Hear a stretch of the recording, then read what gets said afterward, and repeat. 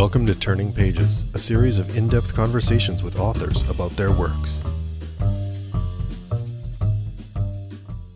All right, well, Bad Juliet, A Tale of Truth and Tuberculosis, set in the Adirondacks. Giles Blunt joins me on the program to discuss it. Welcome to the show.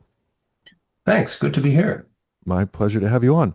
Now, I want to start where you end, but where you also suggest other people start, which is Cure Cottages at Saranac Lake, Philip Gallus's book. And you suggest, folks might want to check it out, but that it was what prompted things for you and that you returned to again and again. Like, were you just reading this out of curiosity or pleasure, or did you go into this project having an idea that you needed to do some research on this? My wife and I were staying at a lodge in the Adirondacks, not in Saranac Lake, but about 30 miles south of there in Blue Mountain Lake. And they had the Gallows book there. It was a book that somebody had left behind or that they kept in their library because of its local interest. And I had known that Saranac Lake had a sanitarium of some kind, but that was all I knew. And this book has many pictures and some very interesting text about how that sanitarium developed in a fascinating way. It started in the late 19th century, late 1880s, I think. And the sanitarium quickly became world famous, not just as a treatment center, but also as a research center. And the result was that it was in such demand that they had to turn away many more people than they could take. And the amazing thing was that the local populace stepped up and said, "Well, we can take people. We can adapt our houses to accept a couple of patients." And so they did. They built extra porches on them, glassed-in porches, so that patients could sit out in the sunshine and the cold air, even in the depths of winter, which in Saranac Lake is severe. It gets down to 30 below regularly, but TB patients sat outside in that weather, all wrapped up, of course, because the dry air was thought to be, and was, I guess, very therapeutic for pulmonary tuberculosis. But it was the local people who added these porches onto their houses and had their doorways widened and underwent training and supervision by 3 different health agencies as well as the sanitarium, so that the whole town became a sanitarium in effect. And that's what hooked my interest. And as we were driving back, I insisted we stop off at Saranac Lake, and been back many times since for pleasure and for research, because it's a place that truly exists in 4 dimensions. Everywhere you go, there's history. About 100 of those houses with their extra porches are still standing. So the history is kind of everywhere you look. But you picked it up just out of idle curiosity, not with the purpose of creating a story out of it. That's right. It was just the situation with the local people piqued my interest, but there was another anecdote in that book about a woman who was on the Lusitania when it was attacked by the Germans and sunk with I think 1,200 people on board, and she survived, but her husband did not. And shortly after that tragedy or atrocity, which happened in 1915, she came down with pulmonary tuberculosis and ended up coming for the cure to Saranac Lake. And I just thought that, what a fascinating character. And I thought that's what got me in story building mode. And there were many other facets of the place and its history that added to that made me certain that I wanted to set a book there. So your primary character, Paul, or at least the person who tells the story, obviously, he's there as a thwarted educator who becomes a tutor, Was that something that like were tutors something like that you found out in history actually existed, or is that like a complete Yeah, invention of your own? they really did. I didn't know that when I started out. I didn't know it was going to be a first person narration when I started out. And I certainly didn't. I remember struggling over what occupation the guy should have. I knew he would be young, because I wanted him to fall in love with somebody. And oh, I thought he might be a bookstore owner or have something to do with publishing. And eventually I just settled on making him a writer, a highly educated writer, because it, it it made him a credible observer of things that were happening, and it made him. I didn't want to write about a doctor, and I didn't want it to be a medical book, but I wanted somebody who could go from house to house and to the sanitarium and observe the life of the town in addition to the life of the patients and his own life, and making him a writer answered those those demands quite well. And it's funny in a way.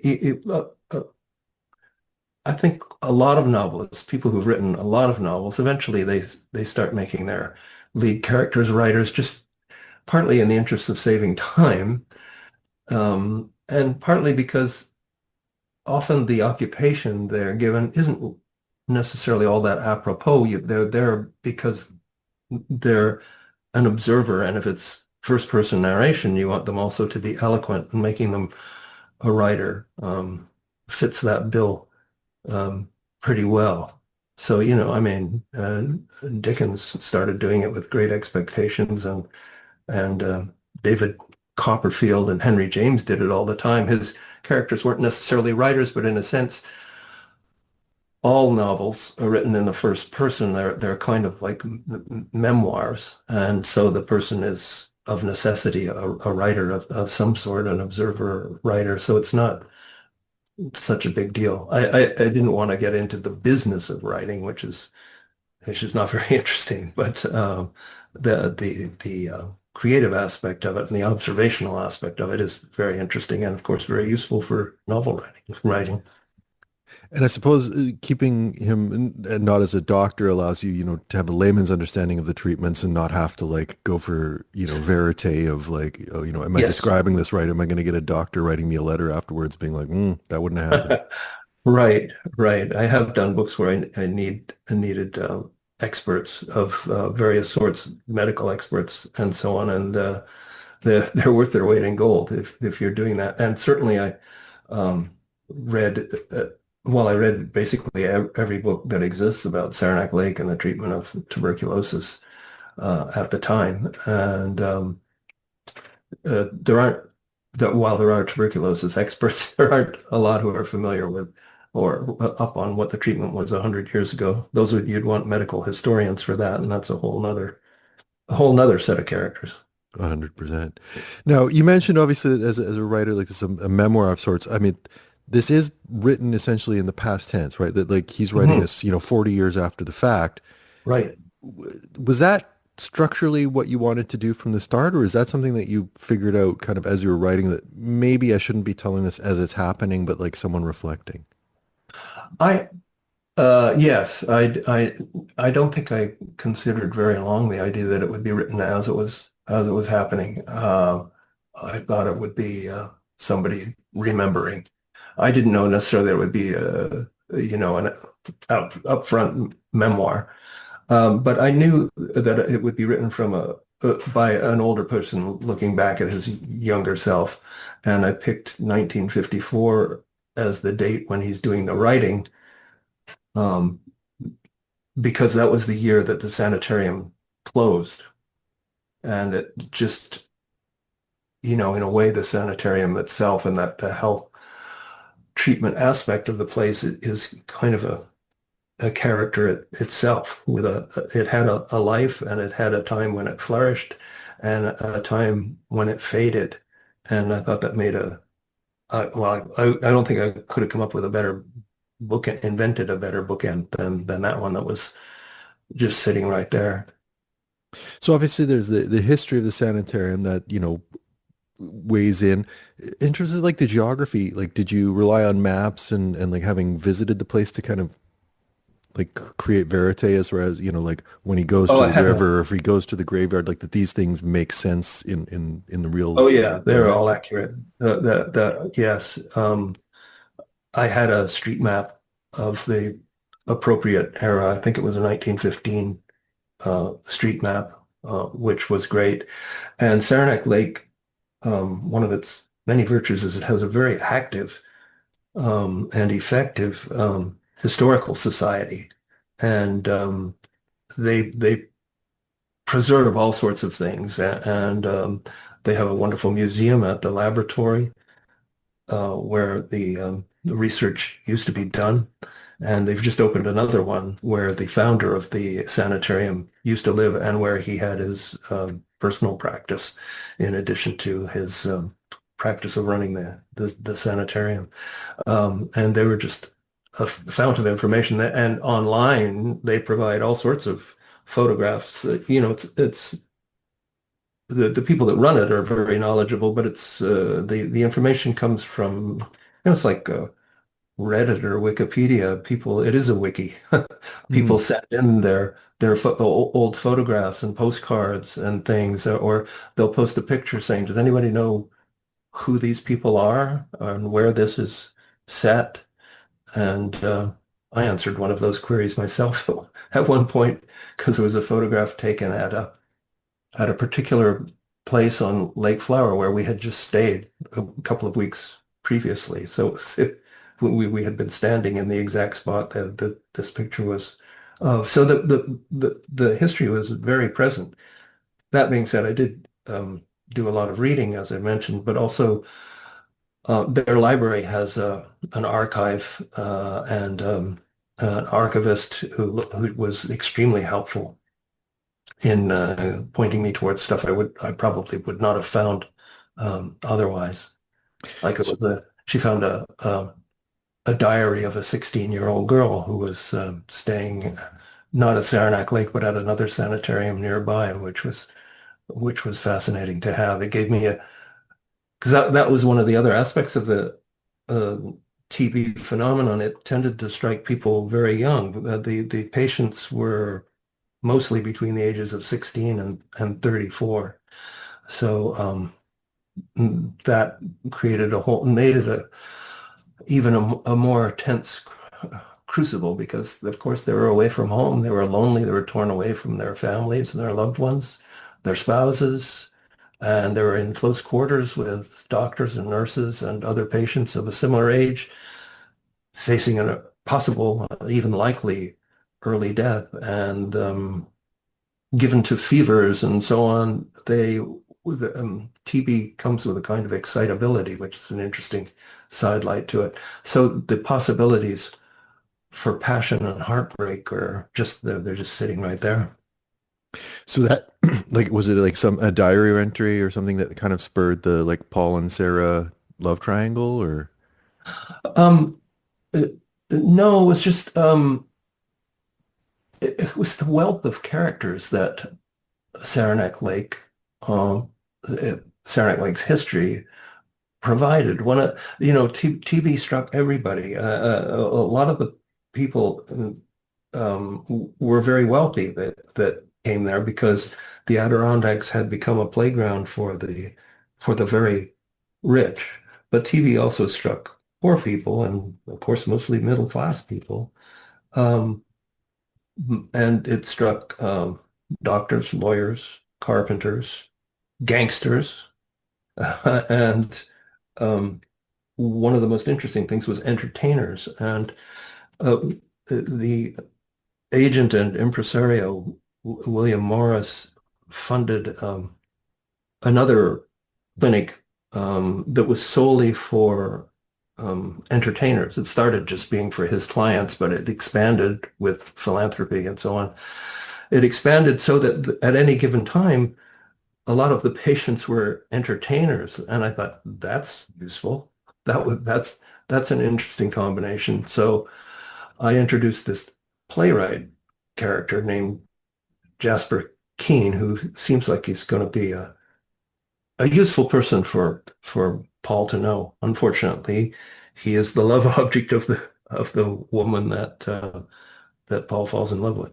Right, like I said, there was a love triangle. That's the third pole of Yeah. that triangle. Now, I was very curious about kind of setting this thwarted poet against this successful playwright, and like Mm. whether you give consideration to like two different writers and how they approach the world, and their relationship to audience and to success, and like was that something you were kind of consciously playing with as you crafted these characters?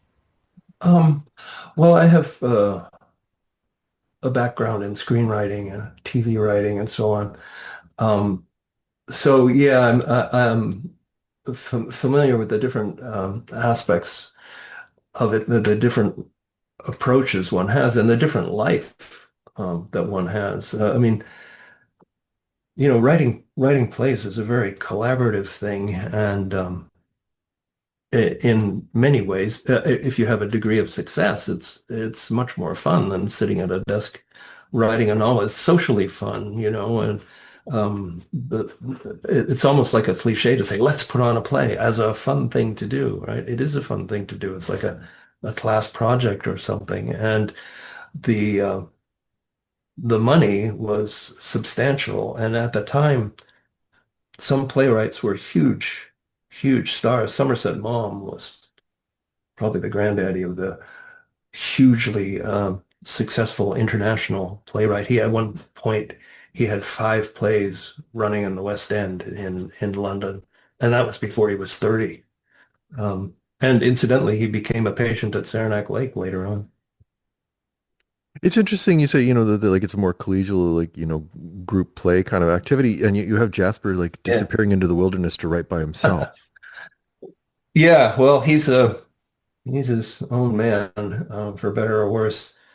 There were, just as today, with COVID in particular, vaccines in general, people have different views on what's the best treatment. And of course, they have different preferences in how they want to live. And some people, they couldn't, I mean, the regime was basically, you went to Saranac Lake, you'd be there for a minimum of 3 months. You could be there for 10 years. If you weren't getting better, if you remained infectious and so weakened that you couldn't work or support yourself. There were cases of people being there more than 10 years. And so a lot of people, actually, one woman wrote a series of 3 books about curing in the woods. She got tired of, I think after about a year and a half, she felt that she wasn't getting any better in the sanitarium. And she got one of the guides to take her out to the woods and show her where she could stay and to ferry food and various other stuff out to her. And she lived out there every year for several years. And there were a lot of people and guides especially thought that it's the fresh air and the sunshine that is curing people. So let's have people do more of that. And Jasper was of that mind. He can't stand being locked up. He's a free spirit sort of guy and an entertainer, born entertainer. And it's just too boring for him. So he has a guide take him out to the woods where he attempts to write his third hit play. It also puts him in opposition to Paul, your central character. Like, Paul's kind of Mm. buttoned up and prickly, and Jasper's a bon vivant, and like Yeah. plays with wild abandon. Uh, was that purposely? Like, I'm very curious about kind of like the how you delineate like kind of a character's personalities, and like how you kind of land on how they come across, because especially Paul, like even off the top, kind of introduces himself as someone who liked things a specific way, and that Yeah. like Yeah. admits his foibles, or that he's not necessarily the easiest person to get along with. Yeah. He above all, he sees himself. He's at the beginning of the book, he's trying to be a successful poet and works hard at his poetry and so on. And he knows that poetry is heading somewhere. but nobody knows where it's going to be. And he's looking to French authors and so on, French poets and so on, as well as English language poets, and is dabbling in the sort of the fragmentary, moody kind of work of Laforgue and other French poets. And it's only when T.S. Eliot's work appears in print that he realizes, oh boy, he's really missed it, because this guy's hitting a home run right out of, um, first time out, and he sees he can't compete. And in any way, it seems to me that writing novels was more of his line. He's a solitary in many ways, and sitting at a desk doesn't hold terrors for him the way it does for for some people. So, the point I wanted to make was he sees himself as a modernist. He wants to be on the cutting edge and not romantic. He doesn't want to write love poetry and so on. Jasper is quite the reverse. He's a total romantic. Uh, I don't, or he doesn't credit the various romantic critics that he quotes, but he does quote them. He talks about burning with that hard, constant flame. And that was, I'm going to blank on the critic's name who used to say that. But that was kind of the mantra of the late romantics. And Jasper is still one of them. He's also, although he's a bon vivant, he's in some ways he's living in the past. He too is, he's trying to be an actor manager at a time when people like the Schuberts were taking over Broadway, and theatrical corporations they were really commanding the place. There were one or two actor managers left, older people, like I think it was a guy named Gillette. I think he was, or it might have been a later guy who played Sherlock Holmes, who was also an actor manager. But they were rare beasts at the time, and Jasper was trying to do that at a time when it was becoming increasingly impossible. Well, So it was kind of natural. It was natural for them to have common interests, but also to have very different approaches. yeah. So speaking of being actors, like all of them ultimately, Sarah, Jasper, and Paul are all essentially somewhat actors within their own lives. That like there's a relationship to truth that maybe each of them have, and something that you explore throughout the book. That was that something you were wrestling with about, like, Paul as a memoirist, Jasper as a performer, Sarah, like her backstory, that truth is maybe a slippery thing? Is that something you were trying to explore? Um, I don't think I started out with that kind of theme in mind, but it certainly developed that way. You're right. In Sarah's background, her father was a a well-known, not a huge sensational photographer, but a well-known photographer who made his living doing portraits. But he his artistic pursuit was to do the kind of what's the word? Kind of tableaus that earlier photographers did, like Julia Cameron and um, to some extent Lewis Carroll, um, uh, which required people to dress up, and like he would do a thing like a common theme of paintings a little earlier would be, too late, and it would show somebody clutching their forehead because they've missed the chance of the love of their life, as the bride goes off with someone else or whatever. He was, I don't mean to belittle him, because he does scenes from Shakespeare and things like that, and he casts his daughter in them, and in a sense they're kind of fake. And that's where the title of the book comes from. He Hmm. wants to do scenes from Romeo and Juliet, and Sarah says, I made a very bad Juliet. That doesn't see herself as a tragic figure, which is ironic because, of course, she's looking pretty much like a tragic figure given her experience on the Lusitania and losing her husband at the age of 21 or whatever. And then catching tuberculosis as a young woman as Catching well. tuberculosis, yeah. Did you like, was there an aha moment when you wrote Bad Juliet, the line, and then we're like, that's my title? Uh, there may have been. I know as soon as very early, I thought of it, and I liked it because I that kind of got at these people knew they were seen as a certain kind of person that they didn't want to necessarily be seen as. Um, so it did seem extremely apropos.